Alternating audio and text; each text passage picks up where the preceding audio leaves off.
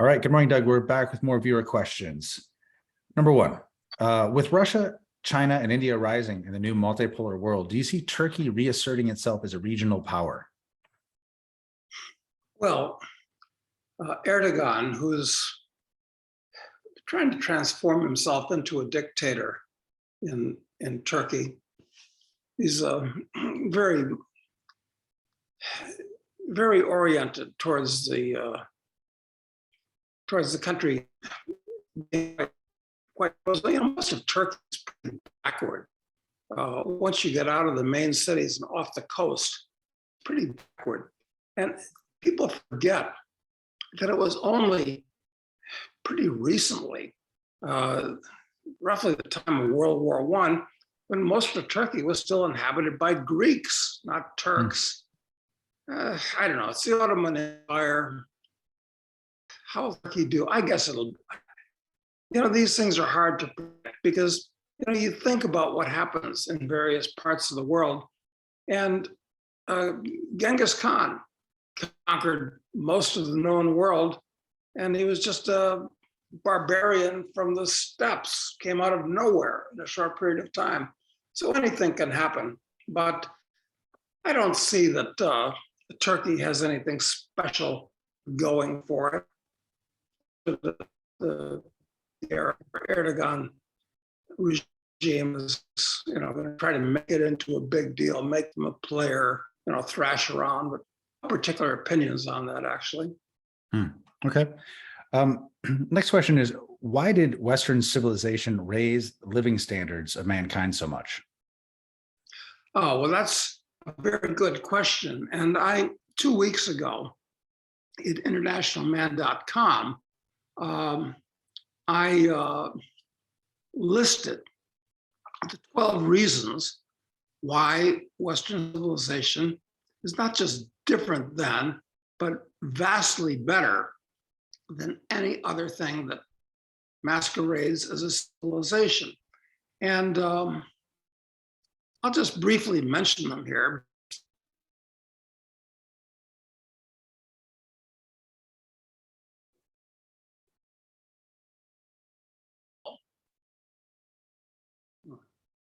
I think I must have cut us off somehow. Yeah, you did, but we're back now. Just go ahead and start with you're at the beginning of the list. Oh, okay. So everybody should go to internationalman.com, where I did an article 2 weeks ago explaining exactly the answer to the question. But since not everybody will, for one reason or another, let me just list right now the 12 reasons why Western civilization is different and better. And incidentally, this relates to the last question. So why isn't Turkey going to become the next major place in the world? Well, because it's not part of Western civilization. So what is that? What are the 12 characteristics? It's free thought. That's unique to Western civilization. You're supposed to think what your ruler tells you everywhere in the world, in every other civilization. And free speech, that's also unique to the West. You don't find it in India, China, nowhere else where you can say what you think. And the third thing is free markets. Now, of course, free markets, souks and things like that, and caravans and trade. Yeah, sure, they've always been in other parts of the world, but they're not treated as a philosophical ideal. They're just a practical matter. And the fourth thing is limited government. That is a uniquely Western concept. I mean, there have been a few times in history, like for instance, Lao Tzu, who kind of the founder of Taoist thought, was very big on limited government, but it never arrived in China. So that's another uniquely Western thing that's critical and important. And fifth, individualism. That's uniquely Western too. Doesn't occur in any other society, anywhere ever. Having that seen as a good thing, something to strive towards, as opposed to being a member of a race or party, which is the way things are going now. Rationality, that's being washed away in the West. That's the sixth characteristic.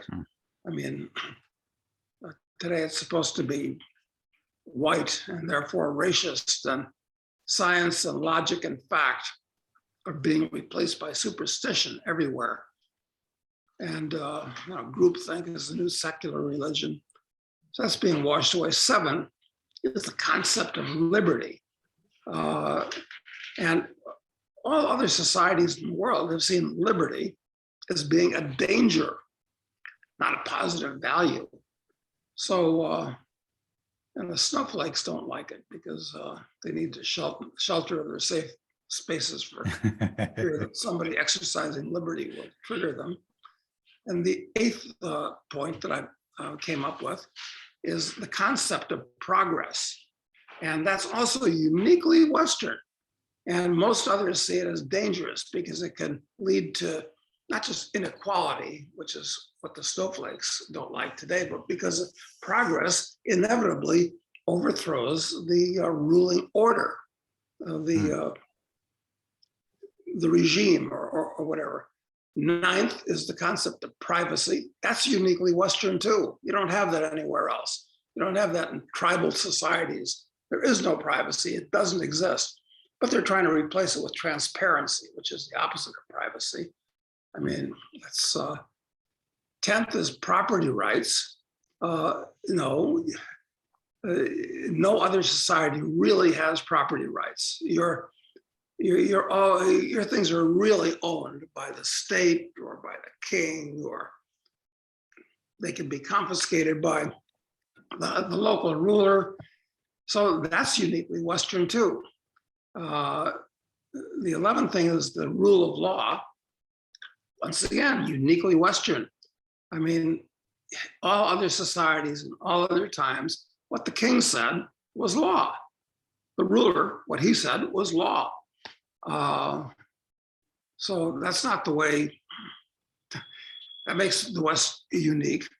And 12th is the industry and enterprise are uniquely Western. Not that there haven't been industry and enterprise and entrepreneurialism in other societies in the past, but they weren't given philosophical priority and seen as an actively good thing. They were just seen as, part of the landscape. So that's why the West is unique and different from every other society in the world.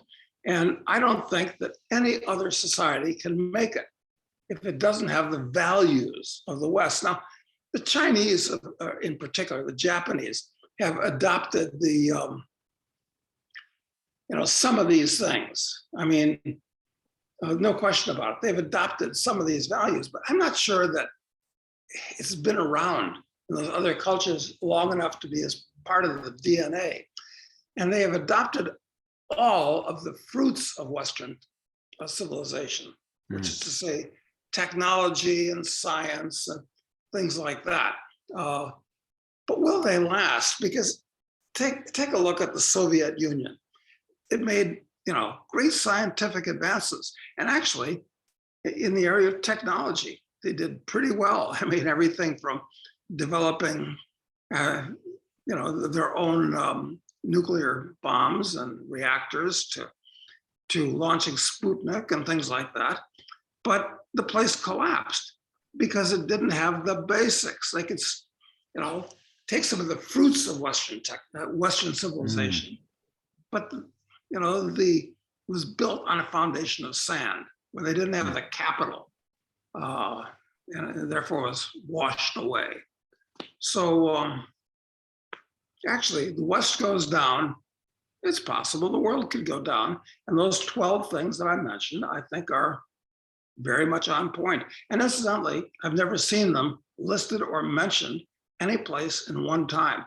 So this is, perhaps a unique contribution that I'm making now. Yeah.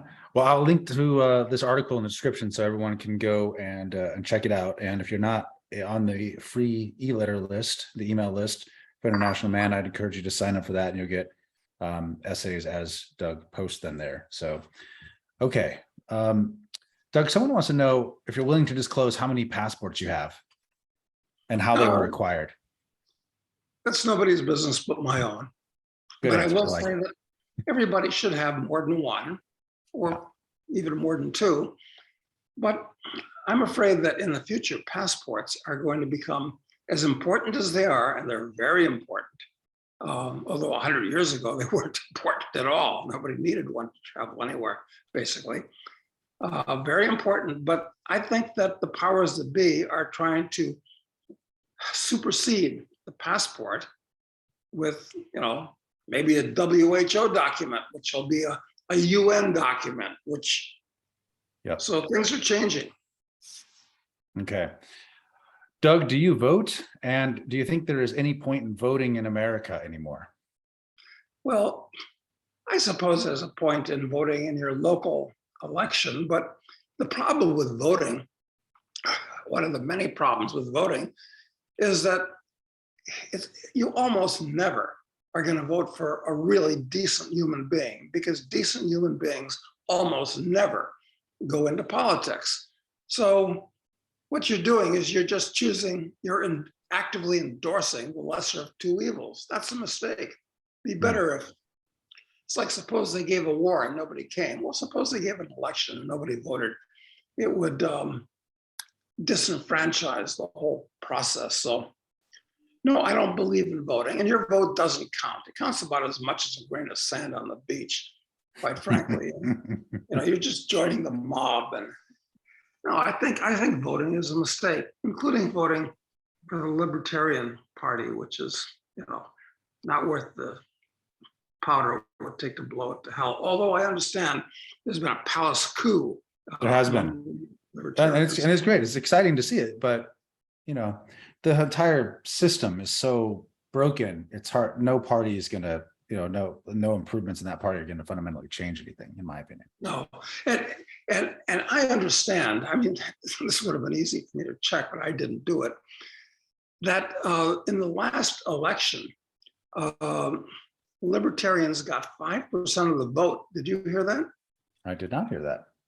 When Harry Brown ran, he got 0.5% of the vote, but I heard it was 5% because they had Gary Johnson, kind of a decent human being, but had nothing going for him other than wanting to legalize pot.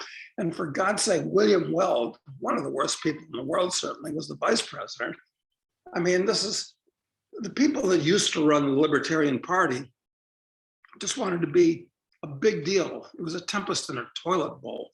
So at least the Libertarian Party may not be an active embarrassment anymore. But I understand that the powers that be were kind of supporting the Libertarian Party because they figured it would draw votes from Trump.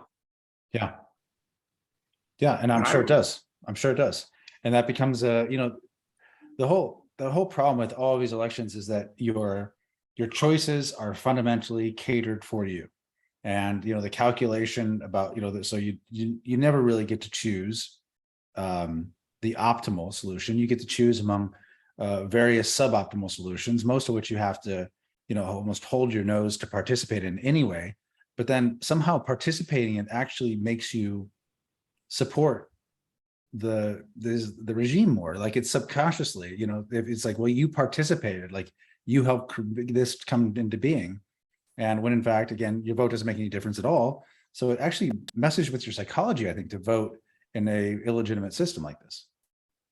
Yes, it actually degrades your own sense of yourself to do that, where they give you a choice. Well, gee, I don't want to vote for Stalin. Oh, so I'll vote for the other guy, Hitler. He's not as bad. And this is insane, joining the whole process. Yep. Okay, Doug, how long before we see a large uprising against Western governments due to rising food and gas prices? Well, we've talked about peasant revolts before. I don't know when we had that conversation. A couple months ago, yeah. Yeah, so I suggested people didn't see our I'll link to that video also. I'll link to that video. that. And the answer to the question is, yeah, I'm sure that the peasants will, get restive and, depending on this and that, they'll burn a few stores or whatever they'll do. But peasant revolts just don't work. They never have, almost never work. I mean, the only successful kind of peasants revolt, and it started out that way actually, was the French Revolution. And that ended badly. So listen, once the bad guys have control of the apparatus of the state, it is extremely hard, if not impossible, to dislodge them. So will there be riots with the food and all this type of thing? Yeah, but it won't go anywhere. It'll just be an excuse for the elite to crack down further. Exactly. And certainly I think we're scheduled to see an electoral uprising, based upon the polls for November. But, that I don't think that's what the viewer is talking about when they ask that. But certainly it sounds like people have swung very hard against whatever, existing politicians are in control. Well, I thought Trump was going to win this last time because, well, no, I didn't think that, because I wrote an article in 2016 on internationalman.com giving 6 reasons. Well, look, let me put it this way. I put a money bet down with Marin Katusa that Trump was going to win in 2016, and I called it right. And then in 2020, I wrote an article with 6 reasons why I thought Biden was going to win, despite all the immense enthusiasm among the Trumpers. And people can go back to internationalman.com and read those 6 reasons and see if I was right. But frankly, now that the Democrats have control, and yeah, there are all these scandals coming out and this and that, but hey, they have control of the apparatus of the state, and they'll do whatever they can, including they'll do anything to try to maintain power. So don't count on it just because it's logical, since Biden is such a criminally incompetent and horrible, and all the people around him, these horrible people. I mean, they actually parade. I mean, these bizarre, psychotic people that are members of this. That doesn't matter because the average guy, insofar as he gets news at all, gets it from the mass media, standard newspapers and CNN and MSNBC and CBS and the rest of it. And so he doesn't even know what's going on. So yeah, sure, the Republicans, who are pretty worthless, should have a sweep, but I'm not planning my life around it. No. Okay. What do you think the powers that be, or why do you think the powers that be are pushing the transgender agenda on kids so much right now? Because these people actually hate Western civilization, and they're trying to destroy the foundations of Western civilization. Now, it's the problem is that they're really we're dealing with, I think, basically degraded beings, people that are sociopaths, people that are neurotics. A lot of them are actually psychotic, people with actual evil intentions. Well, naturally, they gravitate towards politics. So it just seems that, going in on sexual deviations is kind of the soft underbelly of civilization. I mean, all the really degraded Roman emperors, always went in for all kinds of bizarre sexual things. Who knows? Who knows what evil lurks in the heart of men? Only the shadow knows, I suppose. Yeah, it is amazing though, and I mean, it just how coordinated it seems to be. Honestly, when you look at these different, individual school district by school district campaigns they have going on, it's like when I was seeing all these different states that were doing different things during Pride Month, specifically with transgender stuff, and the different programs that they had going on, it looked like an incredibly well executed marketing campaign, like something that the only organization I could think of in the US that would be capable of that would be like McDonald's, where they roll out to the franchisee level and they come out with some new, Happy Meal promotion or something, or the McRib, and it's everywhere all at once. It's like, it's so well organized and thought out. And that it shocks me. I guess it just shocks me how planned it is and how well executed it is.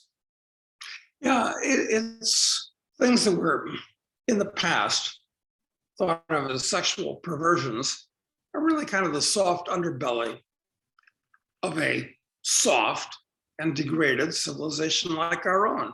So if you want to overthrow the civilization, hey, that's a weak point. Let's attack that. And of course, the average salt of the earth traditionalist doesn't think philosophically. All he thinks is, well, that doesn't seem right and I don't like it. But that's not a very good argument. Gee, it doesn't seem right and I don't like it. I mean, when these people have this marketing campaign with all these reasons why you should.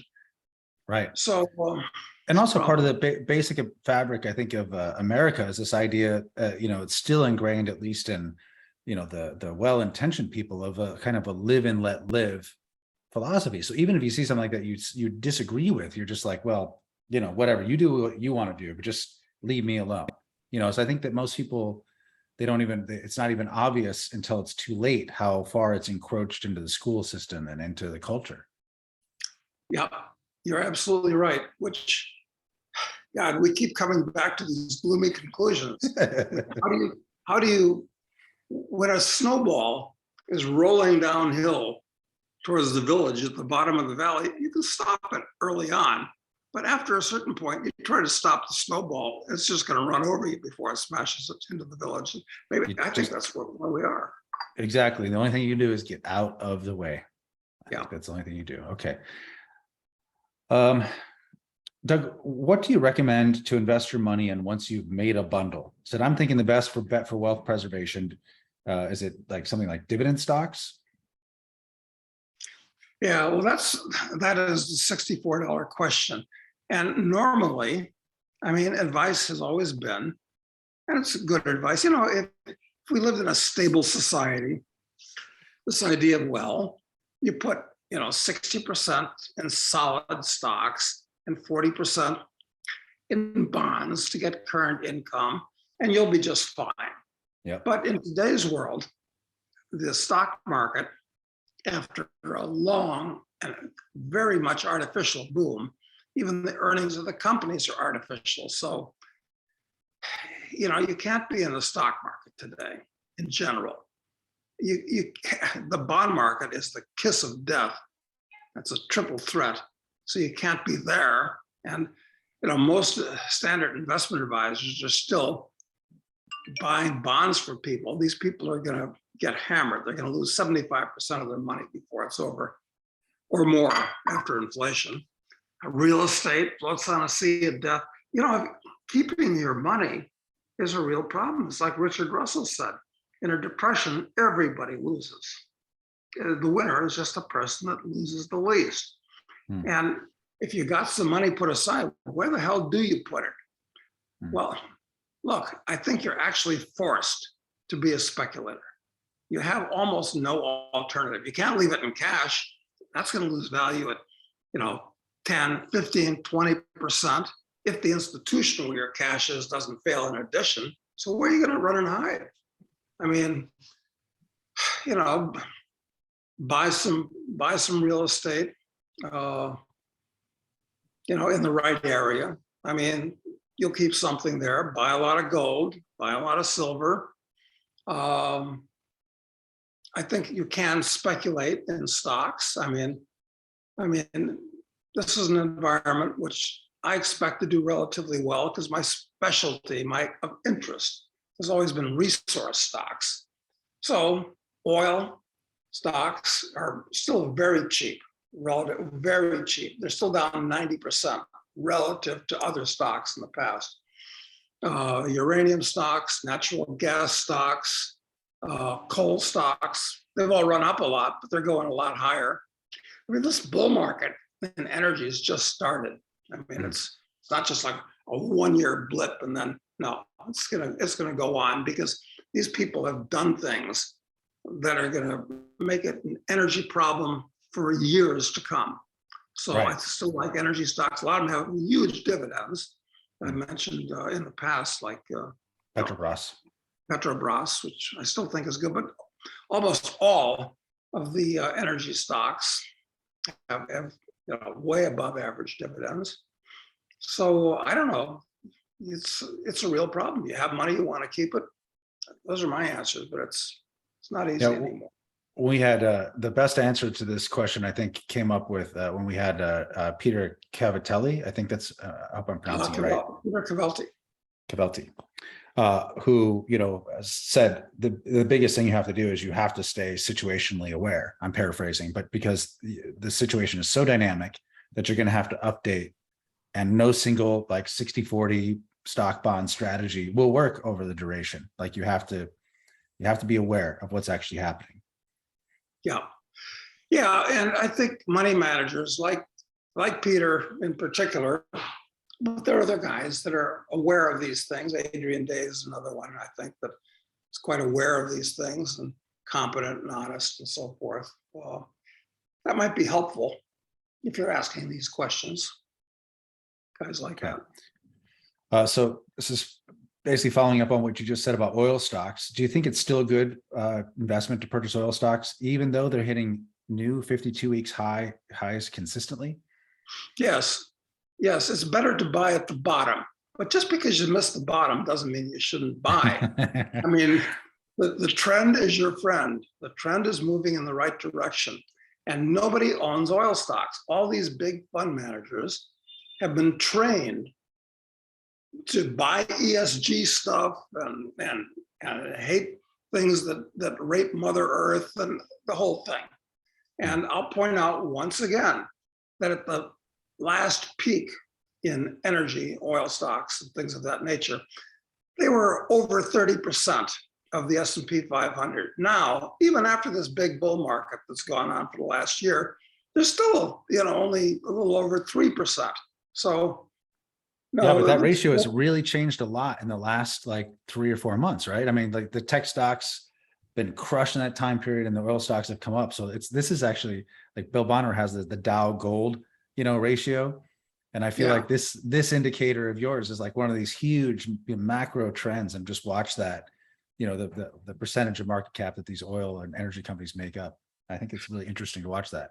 Yeah, I mean, listen, the trend is your friend, or it should be your friend, especially when you can build the fundamental reason why the trend is going on, as opposed to a bubble trend, which existed a lot recently. So, yeah, that's where you ought to be, I think. Okay, so next question. If the US has a large drop in real estate prices, to what extent would this impact Mexico or other Latin American countries? US housing prices going down. I'm not sure that they're really related, except insofar as interest rates are concerned. US interest rates go up. That kind of controls interest rates all over the world.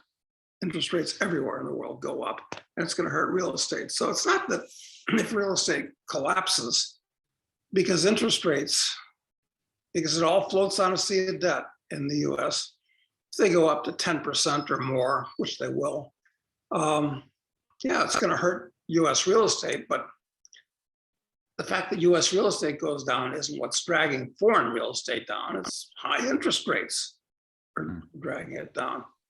But you got to correlate that against the degradation of the dollar and what are real interest rates as opposed to apparent ones. But no, I don't think they're directly related. Okay. What would it take for the USA and the West to be knocked out, similar to the way the Roman Empire was?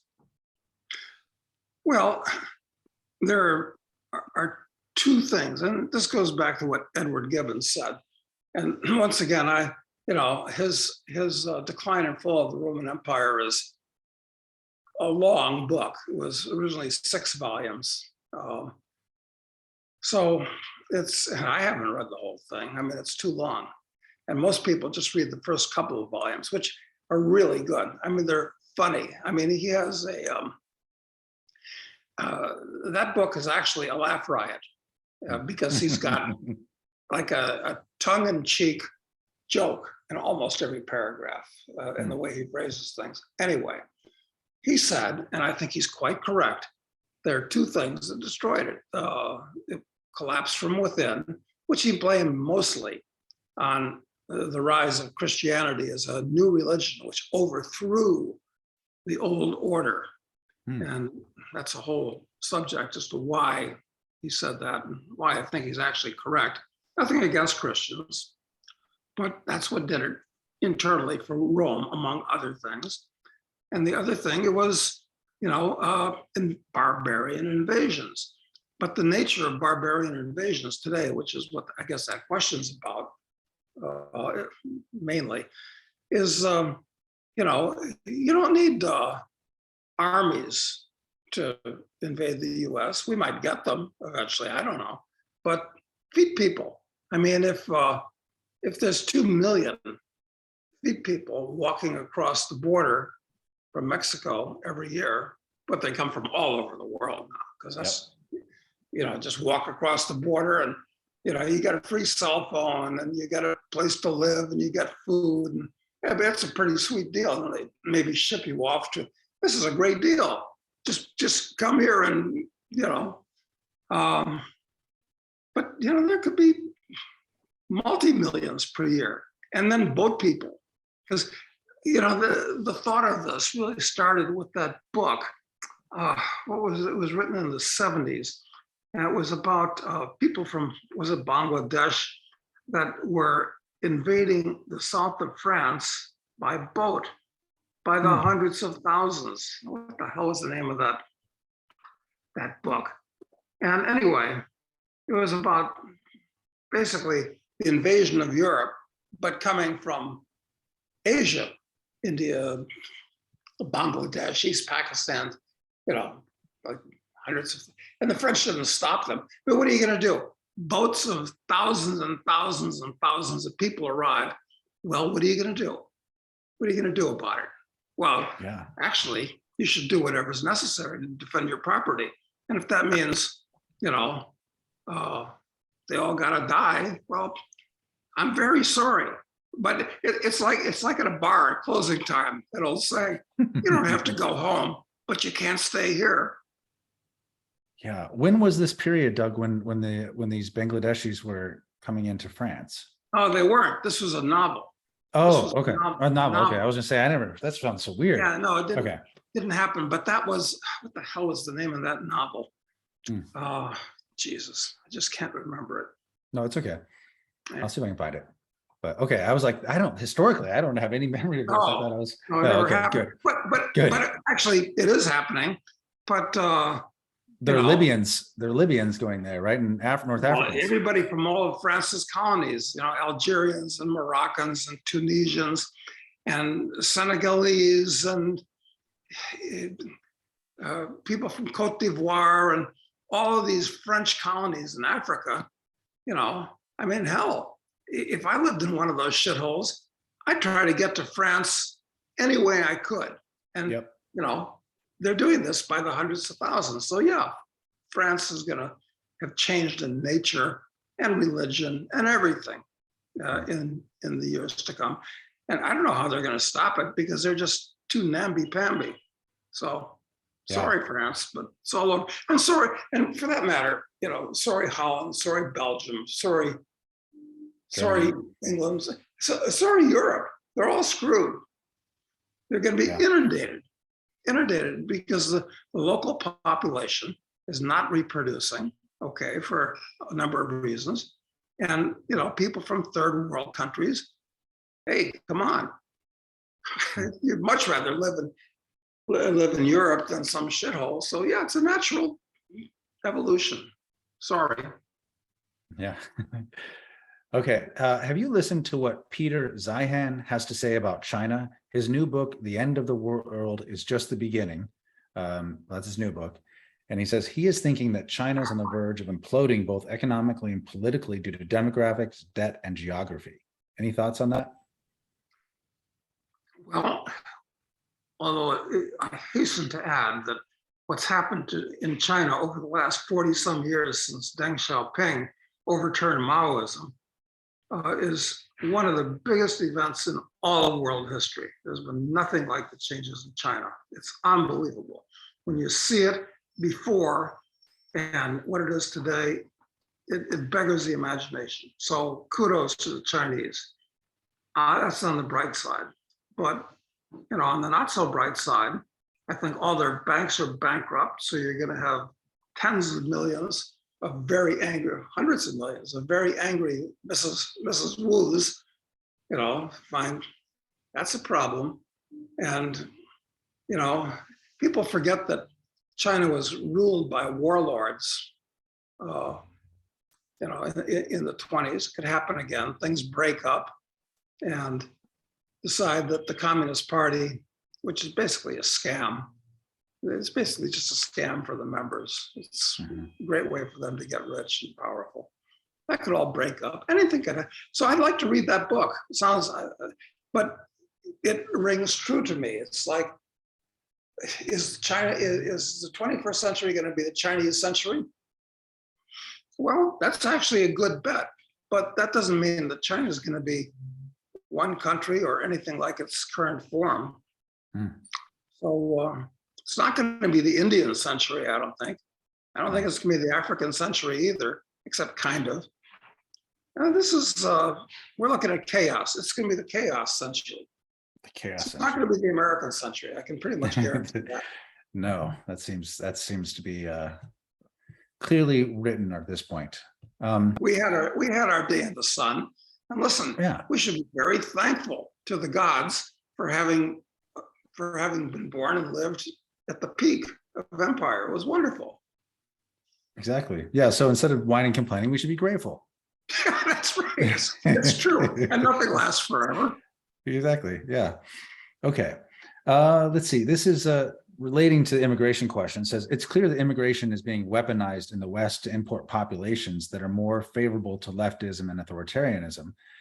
How would an Ancap society defend itself against hostile immigration?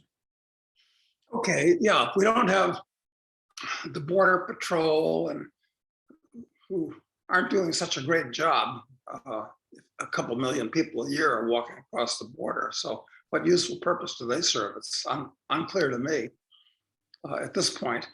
But let's suppose there's no government, okay? Well, that means there's also no government land. That means that all the land is privately owned. And if you own land in a threatened area, well, it's up to you to defend it. And you probably join with your neighbors to defend it. And if there's an invading foot army coming there, buy a few hundred Claymore mines. I mean, that might be a first line of defense. And just let them know, look, you can't come here. If you do, we're going to shoot you. Very sorry. And I really don't want you to put your kid in front of you as a human shield, but, don't come here. I mean, they'll understand that. Yeah.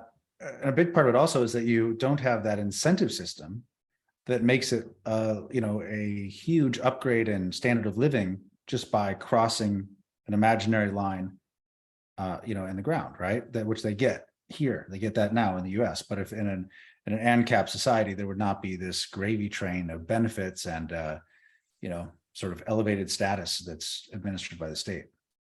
No, you'd get in an ANCAP society where you have to support yourself. Nobody's going to support you.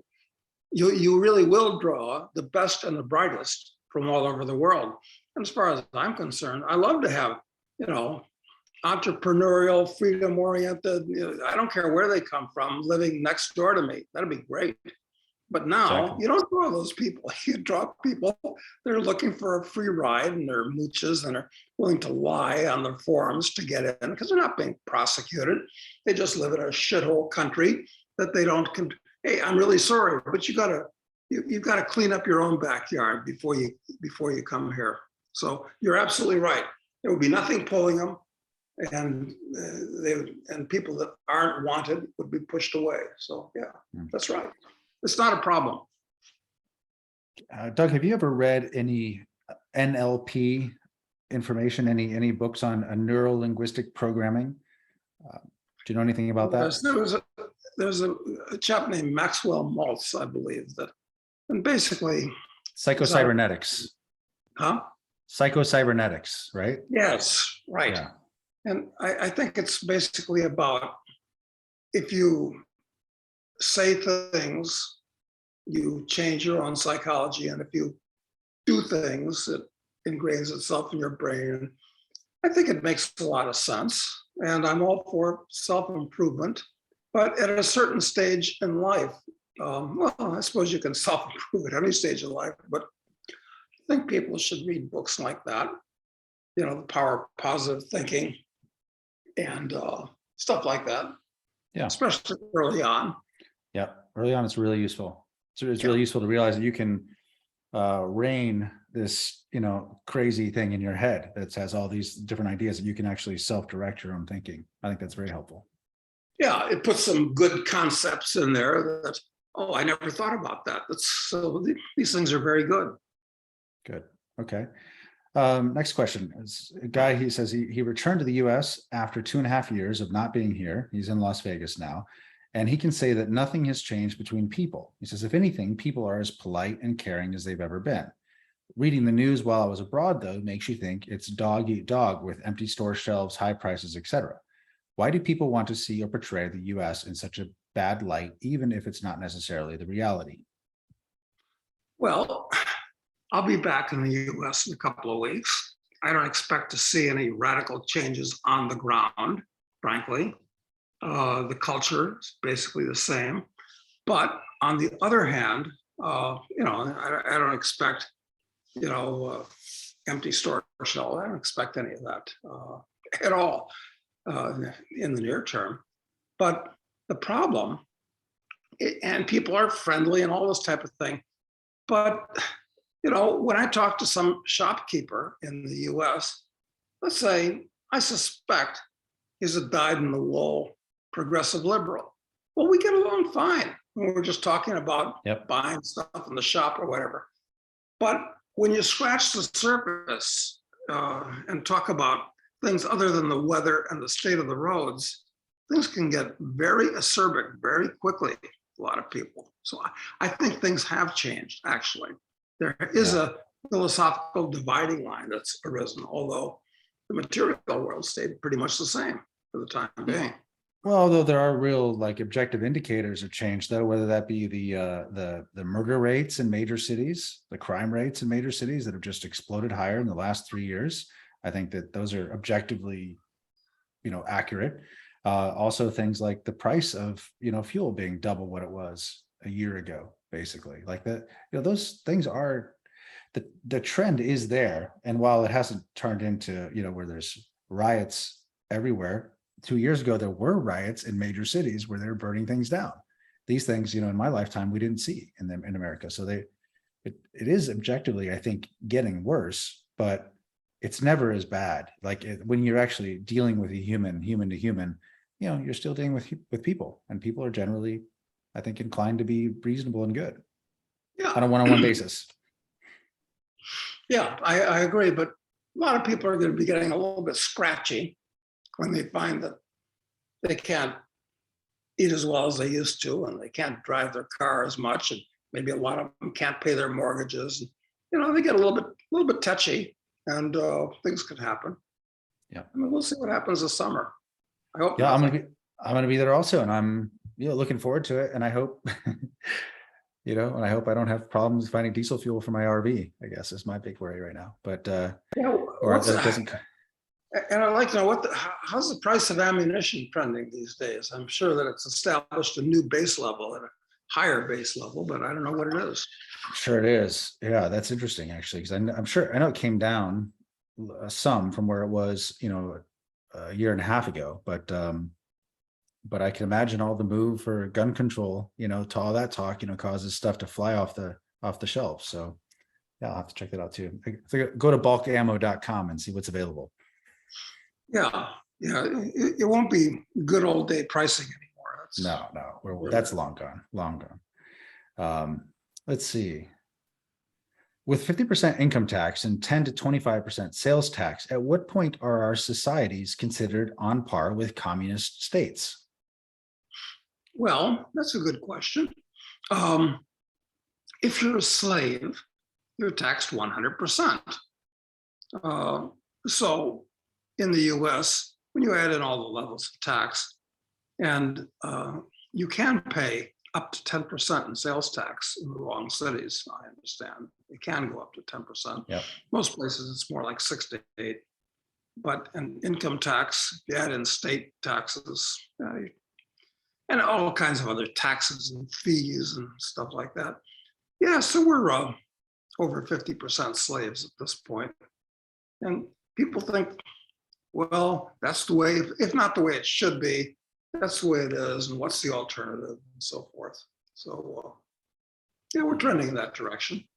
Yeah, definitely not slaves, but indentured servitude seems like a more accurate way of describing it, or an accurate way of describing it. I saw this video of a bunch of people and healthcare workers. It was just like a little TikTok compilation. And what it was showing people, the thing was, how do you know it's a day before payday? Or how do you show that it's a day before payday without saying it's a day before payday? And he had a bunch of people showing on their phone their balances in their bank accounts. Okay. And I'm not kidding you. Like most of them were they're all under $50. There was one of them that was 15 cents. There's another that was $1.86. I'm not kidding. These are all people in scrubs working in a hospital. And they holding up what's in their bank account, right the day before payday. And you just see, you wonder why people can't act autonomously, why they can't make decisions against the system, why they just roll over and comply. It's because they're in economic servitude, if nothing else. I mean, they really need the paycheck. Yeah, clearly that's an argument for that nutball Andrew Yang and his guaranteed annual income, or universal basic income, whatever he calls it. Yeah, I guess it could be. Yeah, I think they'd still end up basically with 15 cents before the next payday, no matter what you give them, honestly, just because the treadmill, just speed up the treadmill. Yeah, it actually is pretty hopeless at this point. And all right, so Doug, how do you approach friends and family members who are completely dependent on mainstream media with no critical thinking at all? How do you go about presenting different or opposing ideas and thoughts? It depends on the mood I'm in. Because it's very hard to change people's basic Weltanschauung, or worldview. And most people today, especially younger ones, have been inundated with progressive and liberal and Marxist ideas.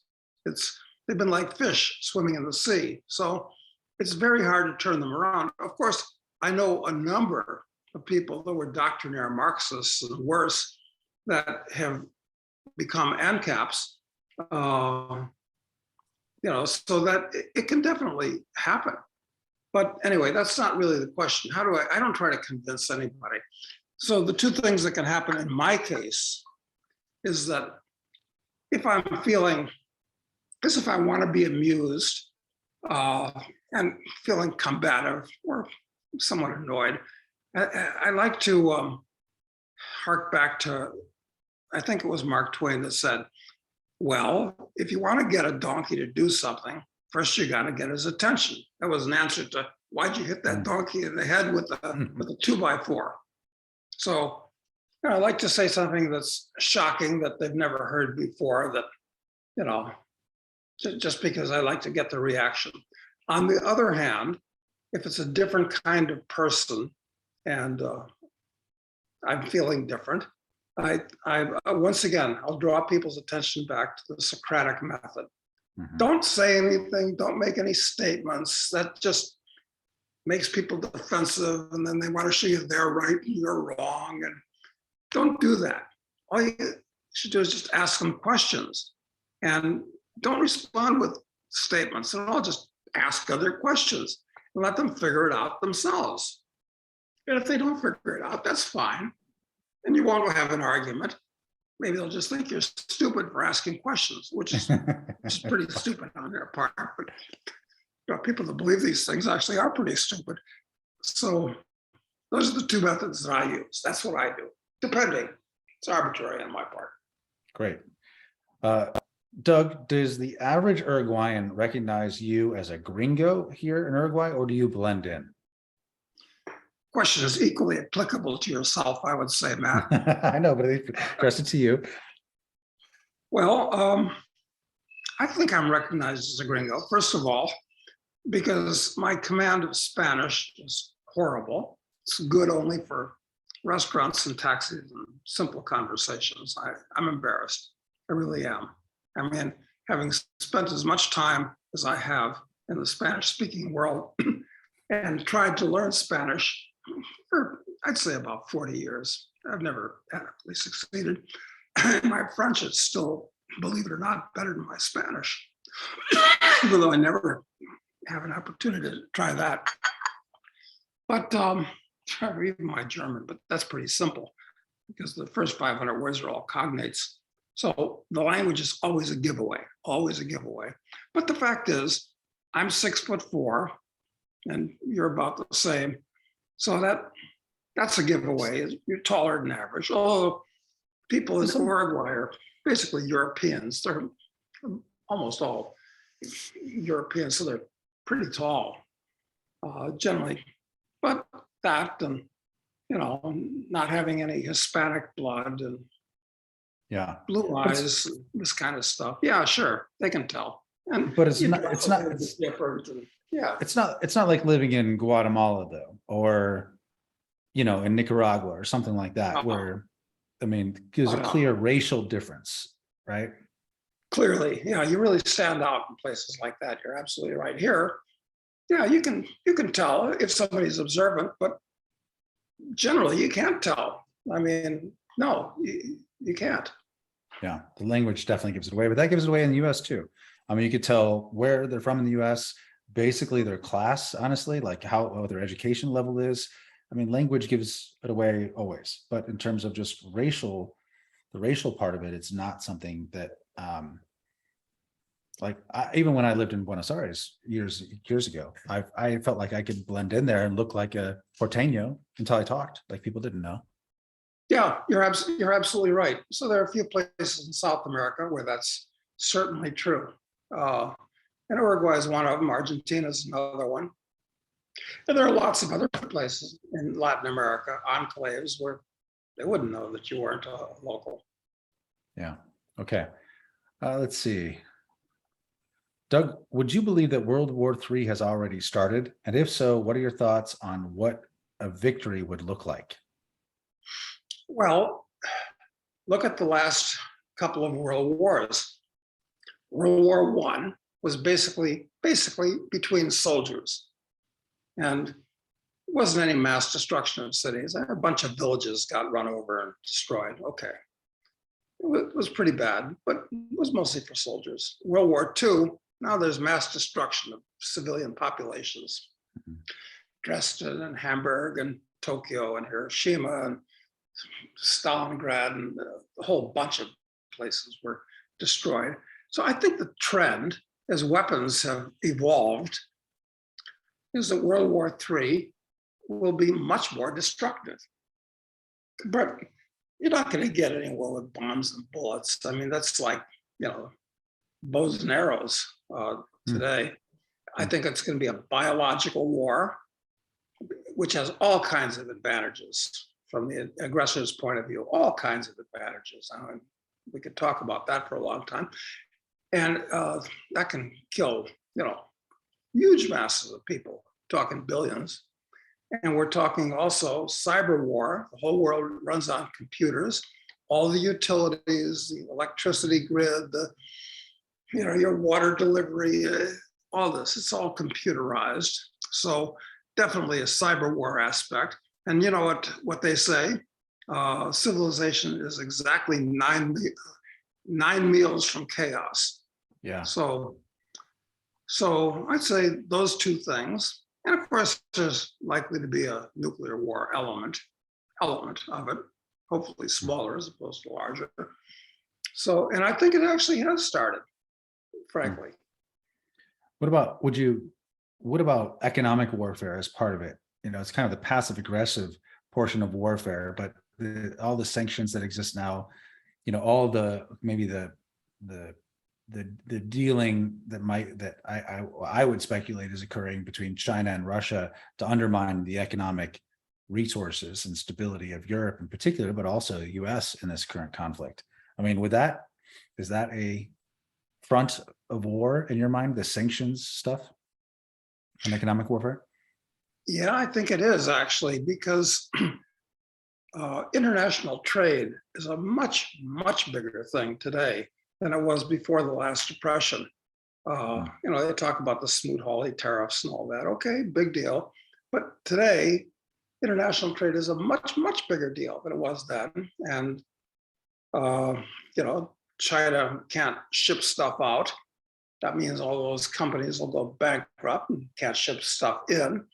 Well, God forbid Americans don't have more crap to put into their storage units. But yeah, it could be a really big deal. If I was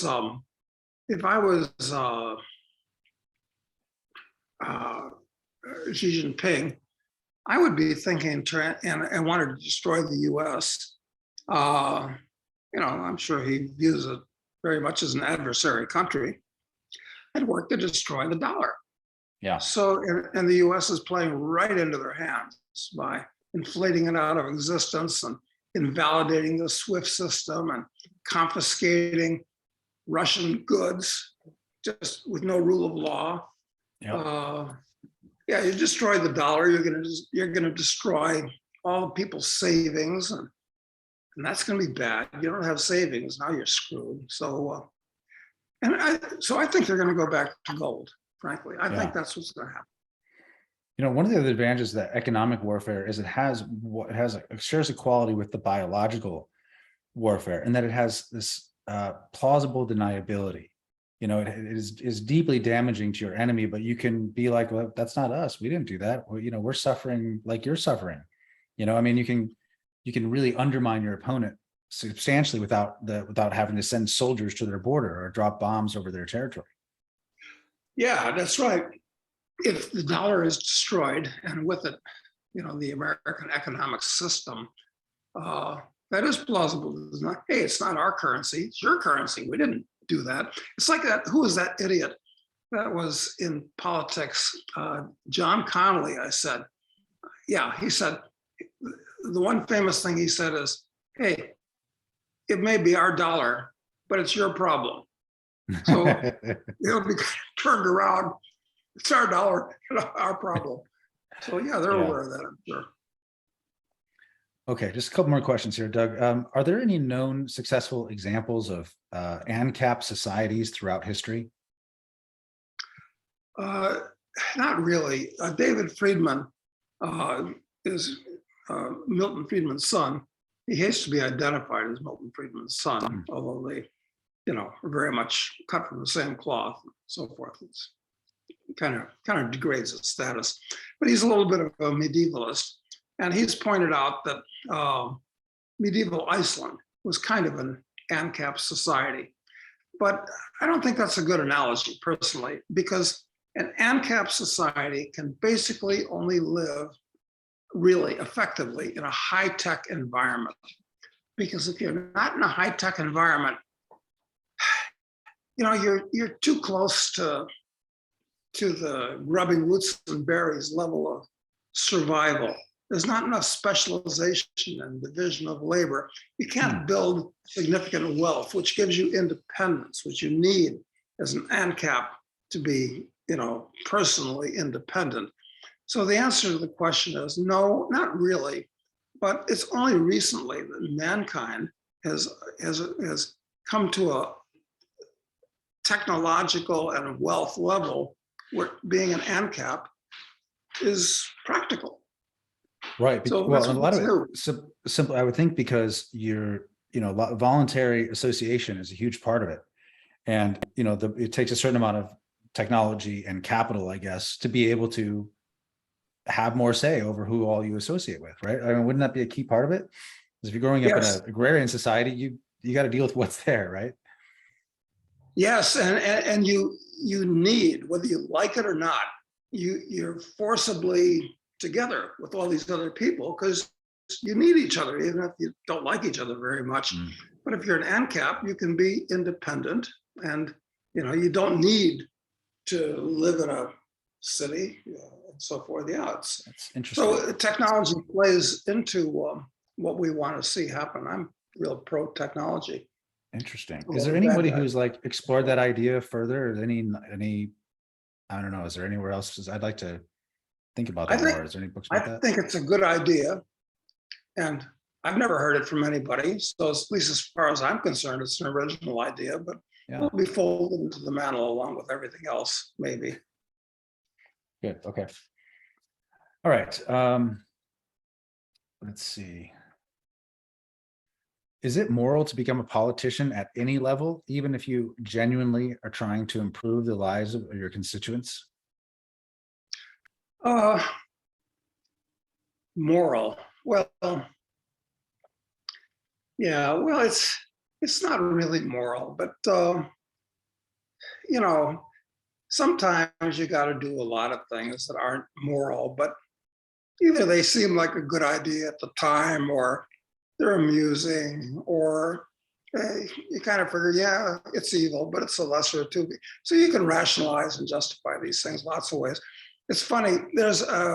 I mentioned this one group down here in Argentina. Well, various groups that I'm a member of, but there's another group that I'm a member of, and you're a member of whenever you come to Buenos Aires. It's called the Gourmandizers. It's also been around over 100 years. And it's basically a bunch of American businessmen or Americans that get together and have lunch every 2 weeks and talk about whatever. It's kind of interesting. Mhm. And I'd say in this last meeting, and the Gourmandizers has been destroyed like so many things because of the COVID hysteria. It used to meet at the American Club, which used to be in a very nice building right across from the not the National Theater, but the Opera House. The hell's the name of that thing? Huge, beautiful thing.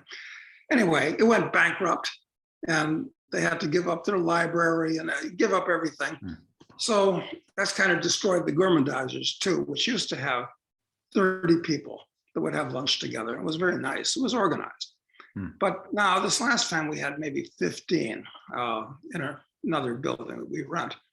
And so one of the guys there is an American, but he's also an Argentine. So he's totally fluent in both languages. And I don't know how we got into this. We were talking about Argentine politics. And it turns out this guy is he's like the James Carville of Argentina, if you would. So, he knows all these politicos, and he likes to, pull the pieces and manipulate and, do campaign, all this kind of shit that they do. So he went on for about 10 minutes talking about manipulating things, and he threw something in there. He said, yeah, and Milei, he's an Ancap that is getting a lot of traction in Argentina. And some people, in fact, I can't believe it could happen, but he might actually make it to president of Argentina, because the average Argentine is so fed up with Peronists and Kirchnerites and all this kind of crap. And he is so refreshing and apparently so sound that who knows, anything could happen.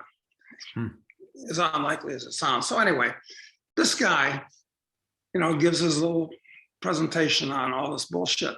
And after he, and I had to say something. I said, look, this is all complete nonsense, everything that you said.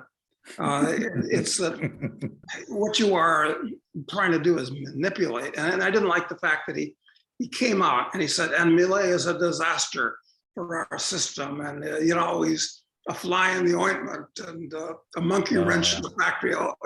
So I just had to come out and debunk it the way you might expect I'd debunk it. And, It wasn't well received by a third of the audience. Now, if I get kicked out of the Gormandizers, you know what? I don't give a damn. No. Because I don't want to be a member of any club that doesn't want to have me. But then again, I'd say half of the people were on my side, so maybe I won't get kicked out. But anyway, I'm trying to answer the question. Is it moral for Millet, like somebody like that somebody like that, like Millet, who actually, potentially could sway things big time in Argentina, which has been on the wrong trend for so long? It's hard. The question about him, is it moral for him? Moral for him? Yeah, it is. I think it is. Even though he's part of the system, because he could make a major change. And this stuff about, well, what's morality? And so people say, well, would you have killed Hitler if you knew he was Hitler and he was a baby? And I guess the answer is, well, if you knew that for a fact, yeah, I suppose you would. Sure. It's not good to kill a baby, but on the other hand, if you know it for a fact. So it's kind of like that. So Millet is trying to kill Hitler as a baby. Yeah. Well, so you do things that are not moral, perhaps, but well, maybe they are moral. Well, I suppose if you could run as a politician and run like anything else, if you could do it with virtue, which means not essentially can comport yourself to the system instead, but actually come in with and I think the reason he stands out is because he has a radically different set of ideas compared to the people who've been running Argentina for a long time. So in that case, he is, if it's real, if he really is that sound, then he is behaving in a way that's virtuous. And so it would be moral in my mind. Yeah. And why shouldn't he use the opportunity to say things that need to be said?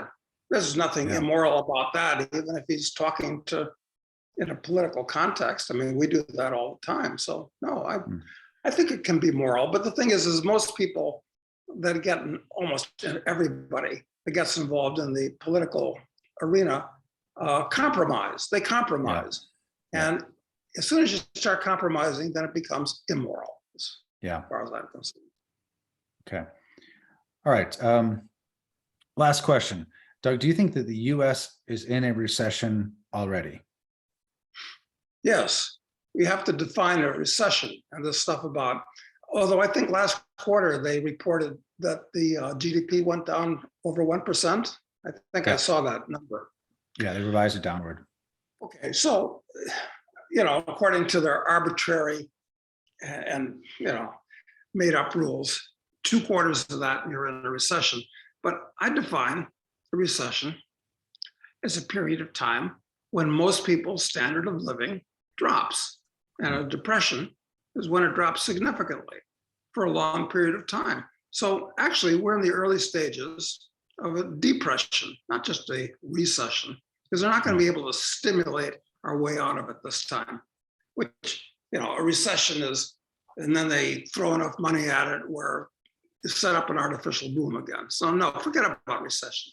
It's a depression, and not just a depression, the greater depression. And I'll stick by that.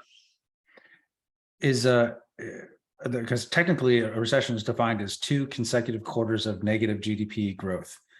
Was your definition of a recession? Was that ever actually used widely, or is that just the way you think about it, which makes a lot more sense, honestly, than the 2 negative quarters? I don't trust the GDP numbers. Sure. Yeah. Come out of the sausage factory. And why is it 2 quarters? Why is it 3 quarters? Or 6 weeks? Very arbitrary. They make this stuff up. It's like a bear market, they say, is when the market goes down 20%. Well, maybe the NASDAQ and the Dow are only down about 20%, roughly, at this point. But, a lot of this crap is down 60, 70, 80%. So, the bear market started a long time before they announced the bear market.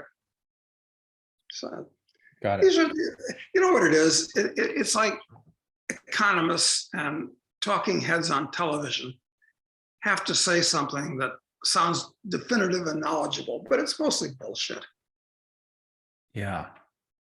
Yeah, that is what it is. And basically defining and everything must be defined and categorized, and all the nuance has to be gone to make them appear to be real experts, right? Yeah. Yeah. Yeah. So I don't pay attention to any of this stuff except kind of to know what everybody else is thinking, but as being useful, it's marginal at best. Yeah. Okay. I think we'll leave it there for today, Doug. Thank you very much. And we'll talk to you next week. Have a good weekend, Matt.